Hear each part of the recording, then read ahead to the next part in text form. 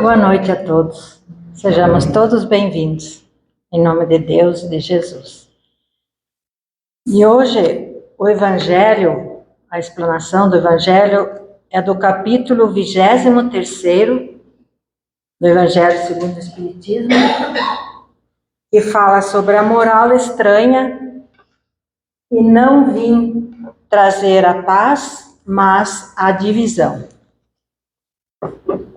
E o tema é: por que Jesus veio à Terra? Tem o item 1 e 2. Como vimos na exposição anterior, a Dona Celuí fez segunda passada, que Jesus planejou e organizou o planeta Terra, um espírito puro que ama o nosso orbe. Um espírito que não iria abandonar nós. Não iria abandonar esta terra bendita, que quando em crise, quando o orgulho atingia os últimos limites,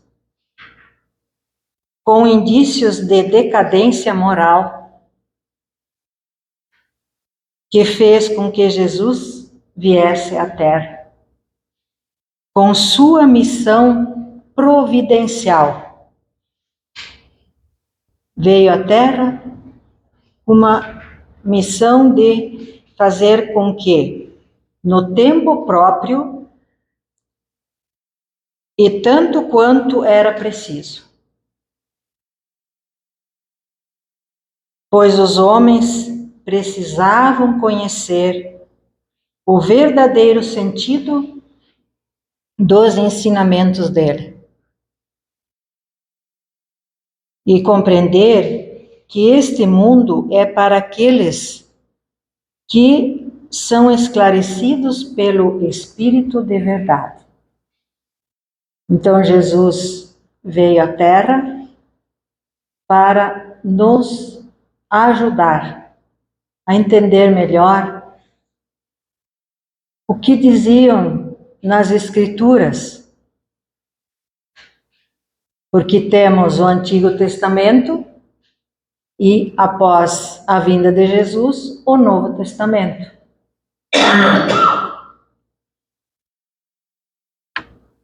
Então, por que Jesus veio à Terra?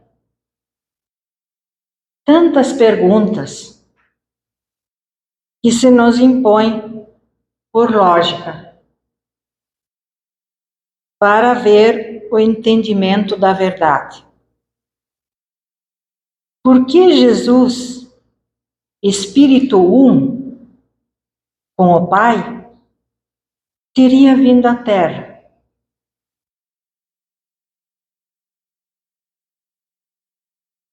Porque ele, já tendo alcançado os mais altos graus da perfeição, se teria sujeitado às circunstâncias penosas da encarnação em um orbe então primitivo? Nos vêm essas perguntas. No nosso dia a dia, por que esse orbe? Por que esse planeta? Porque ele planejou e organizou tudo.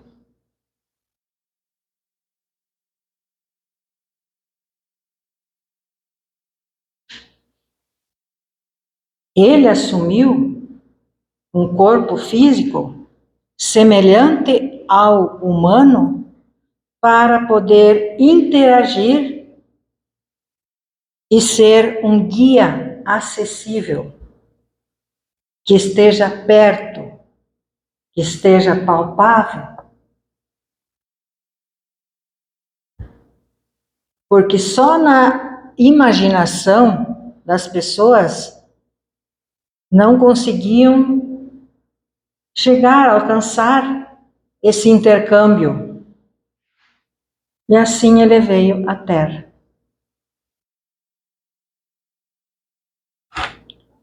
Qual seria o seu interesse pessoal em vir à Terra e lidar com a grande ignorância dos homens, os quais, de antemão, ele sabia que o rejeitariam? Qual é o interesse dele? O seu interesse é de ordem amorosa, pedagógica, governamental, principalmente amorosa. Ele desceu do alto, se adaptou para poder vir encarnar aqui na Terra. E também descrito como a missão de auxiliar na evolução da humanidade, que estava muito lenta. Muitos perdidos não se encontravam, liam uma coisa, não entendiam. Para que eu vou ler? Vou ler a Bíblia se eu não entendo?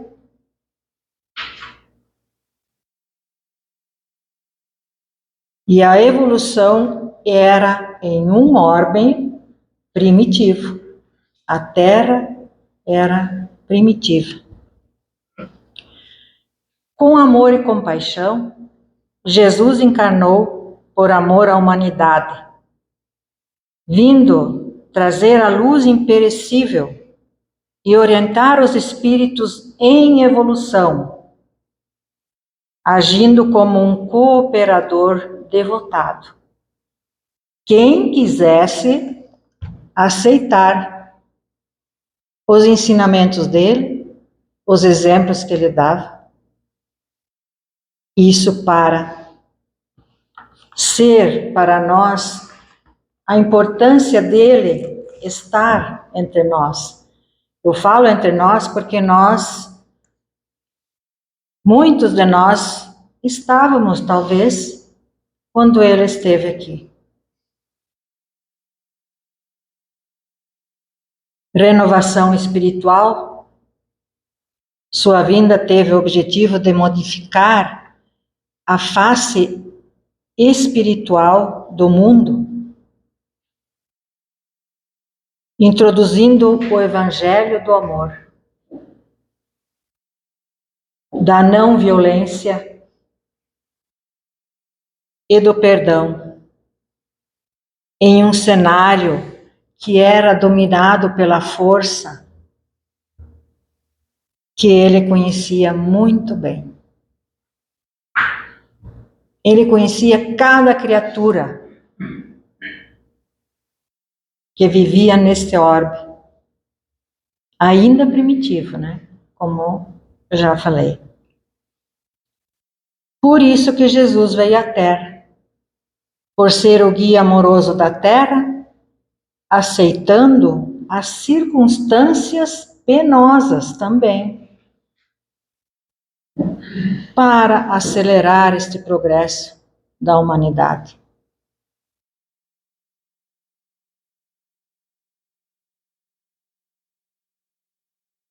Jesus veio, sim, à Terra, dos homens e dos espíritos, porquanto a sua pregação não se verificou somente sobre a face do orbe terrestre, mas estendeu-se a todas as dimensões ou planos que o constituem, todos ao redor.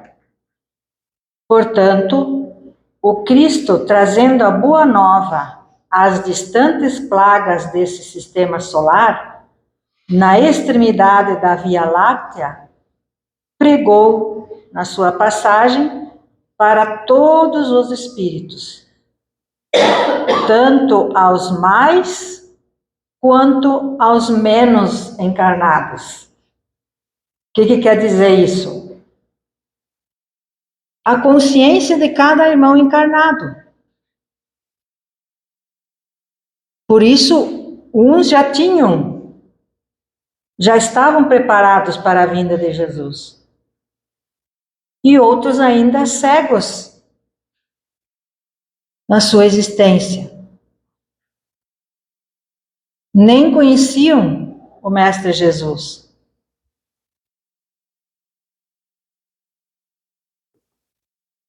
Ele, por assim dizer, percorreu o sistema planetário de ponta a ponta, em suas consideradas 7 dimensões, tendo ainda, segundo a tradição, descido aos infernos. Então, o plano inferior, o umbral, Jesus teria descido a essas regiões de sofrimento, chamados no Espiritismo de umbral, para levar consolação, ensinamento e luz a espíritos obsessores, sofredores ou com a ignorância profunda da lei divina. Como eu falei, os cegos, ignorância da lei divina. Sua pregação era uma ação de caridade, de abnegação, de reeducação espiritual, assim como também no plano superior. Sua influência estende-se aos planos mais elevados para auxiliar, mais elevados de onde ele coordena os espíritos mais elevados para auxiliar na evolução da Terra. Então, é no umbral, é no plano superior, e assim a ação contínua dele. No Espiritismo, a mensagem de Jesus não se encerrou na sua crucificação. Foi crucificado, morto, mas ele, como se diz, ele ressuscitou, mas ele não estava morto. Ele só tinha que fazer essa parte para o povo entender que ele tinha sido crucificado pelos homens, pela parte ainda da ignorância, e achavam que ia vir. Eles não sabiam do Messias, eles achavam que ia vir um rei que ia governar a parte material, ele ia ser o soberano. Então, por isso que ele continua atuando como governador espiritual do planeta, orientando o processo de transição planetária e enviando os mensageiros.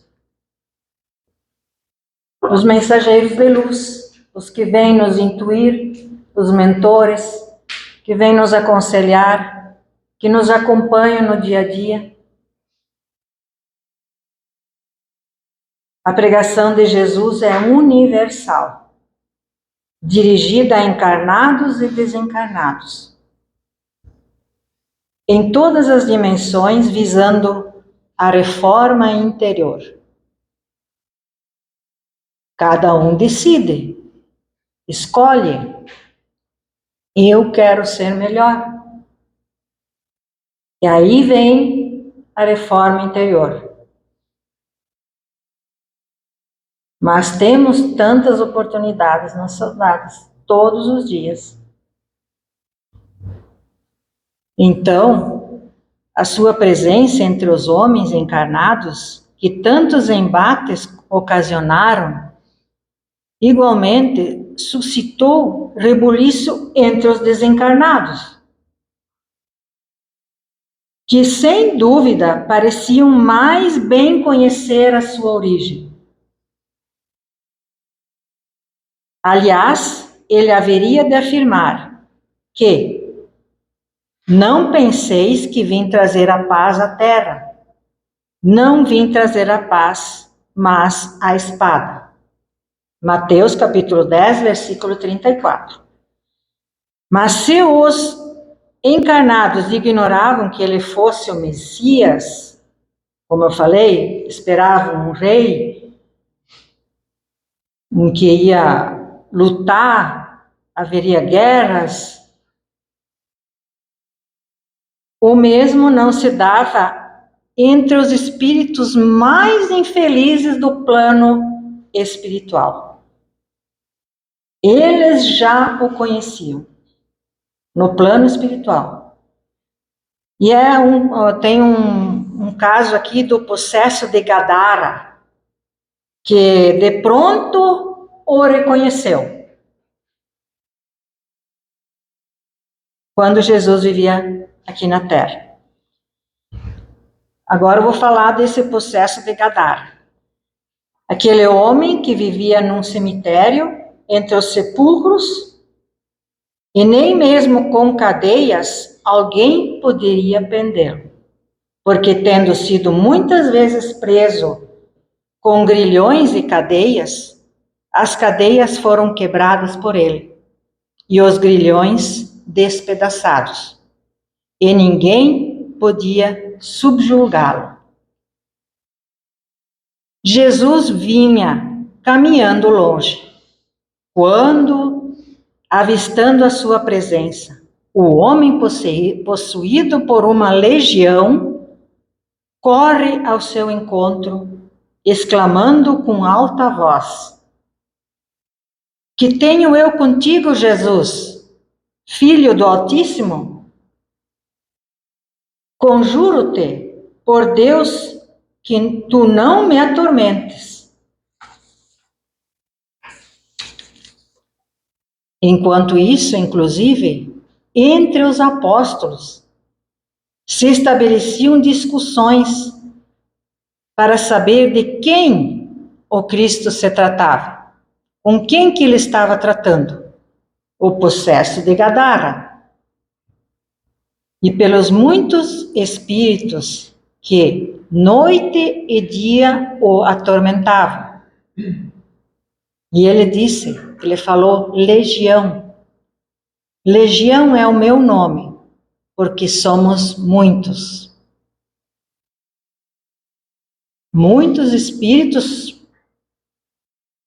que estavam o homem, aquele espírito que estava em possesso. Ele já não tinha mais para ele, não era ele que vivia, era essa legião que mandava nele. Não vacilou em atestar-lhe a origem divina. Ele não vacilou, porque ele sabia que Jesus era de origem divina. Este episódio leva-nos a concluir que os espíritos, os mais infelizes e sofredores, tinham conhecimento do Senhor que se corporificara no planeta entre os homens. Eles o conheciam do plano espiritual. Eles o conheceram.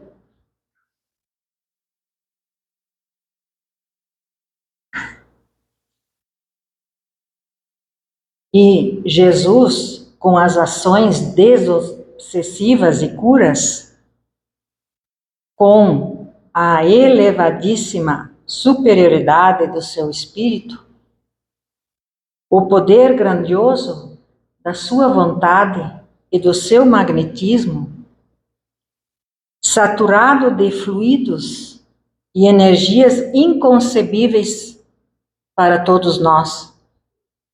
Nem conhecemos a grandiosidade do nosso mestre. E ele curava. E ele também ajudou esse irmão possesso de Gadara. Jesus libertava os envolvidos nesses processos, fazendo-os compreender a importância do perdão.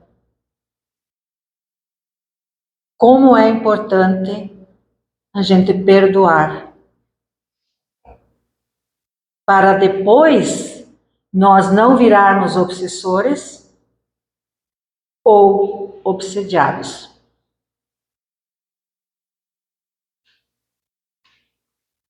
Mas, porém, antes de chegarem a essa compreensão, era necessário afastar a carga fluídica negativa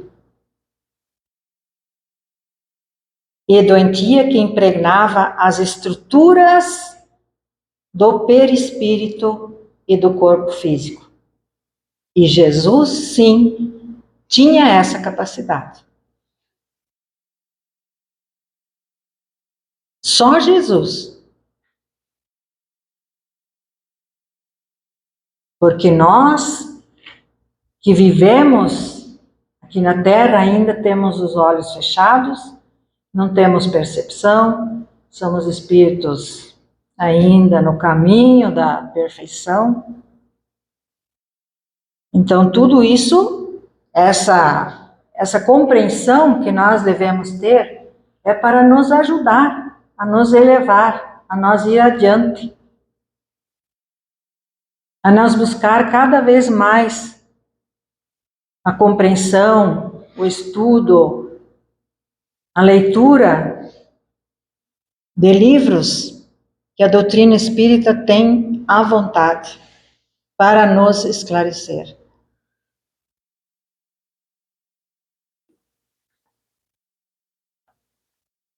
Não é acreditável, por exemplo, que a vinda do Cristo à Terra tenha privilegiado apenas os homens encarnados. Não foi só os homens encarnados. Como escreveu Paulo de Tarso, em sua epístola aos Romanos, capítulo 10, versículo 12, pois não há distinção entre judeu e grego, uma vez que o mesmo é o Senhor de todos.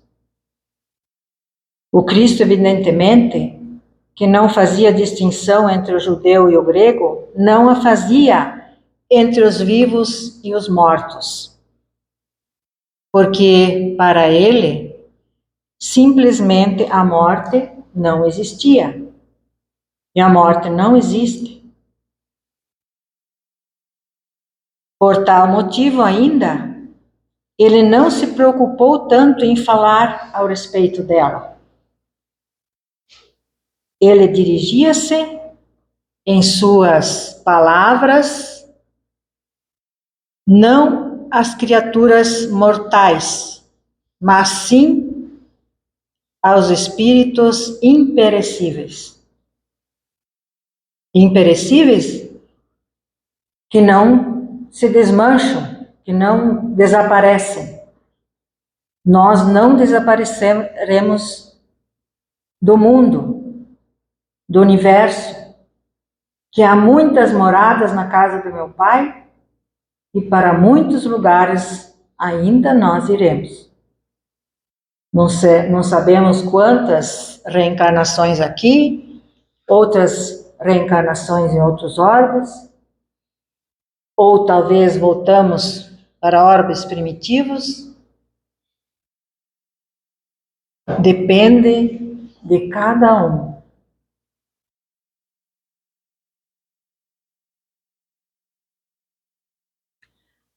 Vou falar um pouco sobre o bom pastor. Que ele ter vindo à Terra, ele também tem outro motivo dele ter vindo à Terra, que a causa de seu interesse era a redenção da humanidade, ao ponto de afirmar que das ovelhas que o Pai lhe havia confiado, nenhuma se perderia. E o bom pastor, no Espiritismo, é a ternura divina em ação. agindo com benevolência acolhedora para educar a alma imortal. Porque o bom pastor, ele conhece as suas ovelhas. Ele sabe de cada uma. E se uma se perde, ele volta lá e vai buscar aquela que se perdeu. Conhece as suas fragilidades, dores e também potenciais. E é reconhecido por elas através do despertar da consciência,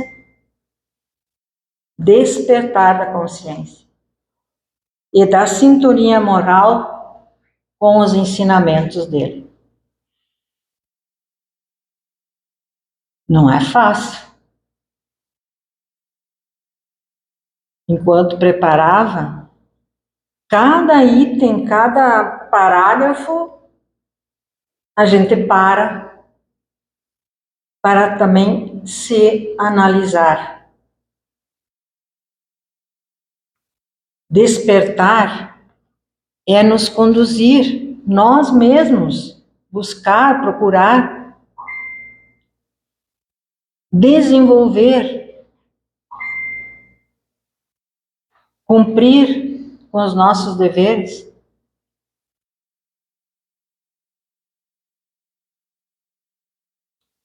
Agora o segundo item. Por que Jesus veio à Terra? Cremos que a resposta às perguntas formuladas no capítulo anterior desta obra estejam consubstanciadas nas palavras do Senhor, inseridas no Evangelho de Mateus, capítulo 25, versículo 34 a 40. Então dirá o Rei aos que estiverem à sua direita: Vinde, benditos de meu Pai, entrai na posse do reino que vos está preparado desde a fundação do mundo. Porque tive fome e me destes de comer, tive sede e me destes de beber, era forasteiro e me hospedastes, estava nu e me vestistes, enfermo e me visitastes, preso e fostes ver-me. Então perguntarão os justos: Senhor, quando foi que te vimos com fome e te demos de comer, ou com sede e te demos de beber? E quando te vimos forasteiro e te hospedamos, ou nu e te vestimos? E quando te vimos enfermo ou preso e te fomos visitar? O rei respondendo lhes dirá: Em verdade vos afirmo que sempre que o fizestes a um destes meus pequeninos irmãos, a mim o fizestes. Por estas palavras, então, fica claro que o interesse do Cristo na redenção da humanidade, ela reflete o interesse do Criador, de Deus, na redenção de todas as criaturas, onde se encontrarem. E a redenção da humanidade no Espiritismo não ocorre por um perdão mágico. Pronto, perdoei, mas não esqueci. Mas pela reforma íntima, pela educação moral e a reencarnação. A grande oportunidade.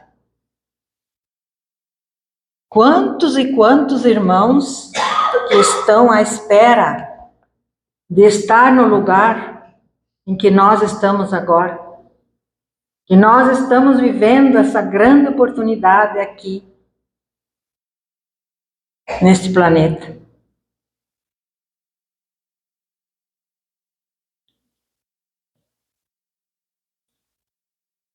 A humanidade é o corpo místico do Senhor. A sua tarefa é a de reconduzir a todos de volta ao regaço do Pai. E em semelhante empreendimento, ele não descansa jamais. O regaço do Pai, como uma perfeição e reintegração. O retorno ao Pai não significa um lugar físico, mas o estado de consciência de todos nós, dos espíritos, porque nós somos espíritos encarnados e existem os espíritos desencarnados e os espíritos puros e felizes, que com os ensinamentos morais de Jesus são o roteiro mais seguro e rápido para a perfeição. Voltar ao regaço do Pai é nós estarmos seguindo as promessas que nós fizemos antes de reencarnar, os nossos propósitos. Aonde estão os nossos propósitos feitos?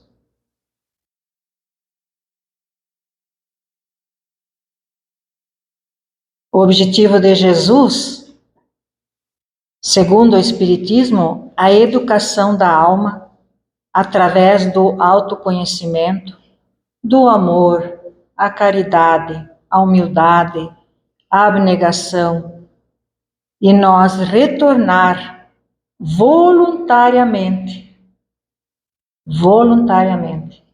à harmonia com o nosso Pai Criador.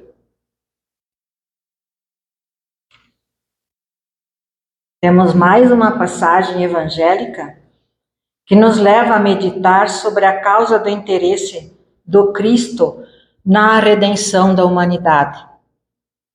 É a parábola do filho pródigo. Quando que, por vontade própria, se havia ausentado, regressa à casa paterna, ao pai, que o seguia de longe, sai ao seu encontro. Trazei depressa a melhor roupa, vestiu, pondo-lhe um anel no dedo e sandálias nos pés. Trazei também e matai o novilho cevado. Comamos e regozijemos-nos, porque este meu filho estava morto e reviveu, estava perdido e foi achado. Lucas, capítulo 15, versículos 22 a 24.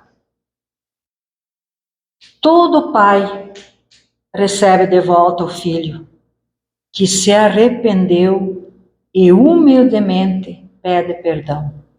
Todo pai, não tem o pai que resista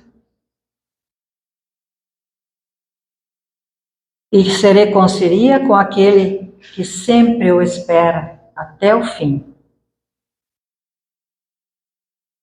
Essa é a lição do filho pródigo, que volta, que retorna ao lar. Jesus, do exílio dos espíritos capelinos para a terra, prometeu que pessoalmente viria resgatá-los. A dona Celei falou na segunda-feira passada, na exposição, sobre esses espíritos capelinos que encarnaram na Terra para ajudar na formação e na educação e também a aceleração da evolução do planeta. Nas páginas da obra A Caminho da Luz, de Emmanuel, psicografada por Chico Xavier, pode-se ler no capítulo 3. Foi assim que Jesus recebeu, à luz do seu reino de amor e de justiça, aquela turba de seres sofredores e infelizes.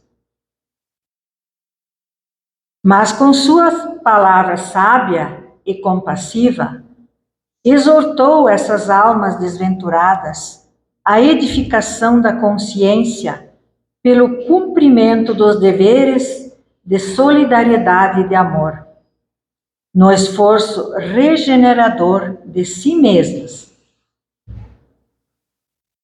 Mostrou-lhes os campos imensos de luta que se desdobravam na terra, envolvendo-as no halo bendito de sua misericórdia e de sua caridade sem limites. E ele estava acompanhando esses espíritos que vieram de outros orbes. Abençoou-lhes as lágrimas santificadoras, fazendo-as sentir os sagrados triunfos do futuro e prometendo-lhes a sua colaboração cotidiana e a sua vinda no porvir. E ele veio. Jesus veio à Terra. Por isso também. A vinda desses espíritos para a Terra faz parte do entendimento da lei do progresso, da transição planetária.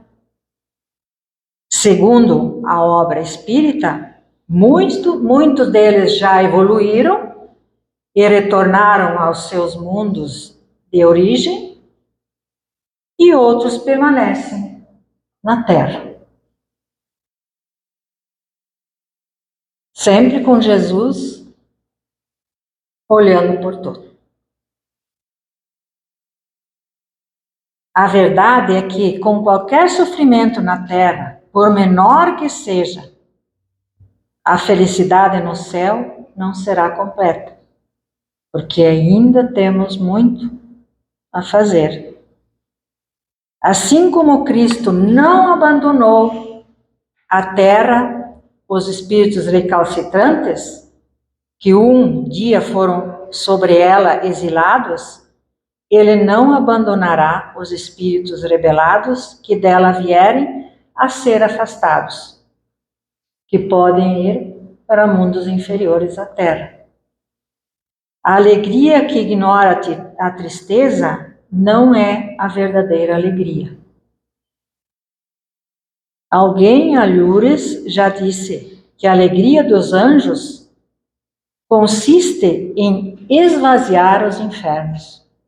A alegria dos anjos. Quando que nós vamos ser os anjos de Deus? Os espíritos mais evoluídos. Mas todos tenhamos esperança. Todos tenhamos a boa vontade. Se o Cristo, do ponto de vista coletivo, não nos esquece e nem nos pode esquecer, como nós haveremos de esquecer, na retaguarda da evolução, os corações que se apartaram de nós? Como que nós lembramos de nossos irmãos, nossos pais, muitos irmãos que também já partiram? Nós não nos esquecemos deles. E isso simplesmente não existe, esse esquecimento. De nós nunca lembrarmos mais de um irmão que partiu. Somos ainda espíritos imperfeitos, mas temos os exemplos e os ensinamentos do nosso mestre para seguir. Nada é impossível se nós teremos fé. Enquanto o divino pastor não reunir em seu aprisco todas as ovelhas tresmalhadas, o seu trabalho não estará completo. Quanto trabalho ainda.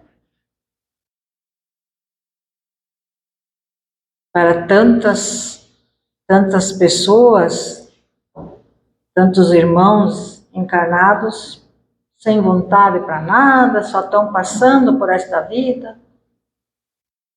não fazem nada para a sua evolução. Muito menos do que está próximo dele. Portanto, ousamos dizer que o Cristo veio à Terra por necessidade dele também. Porque amar e amar ilimitadamente, como ele amou, é uma necessidade. Que lindo, né? Amar. O quanto que ele ama. Não vou dizer ele amou, ele ama.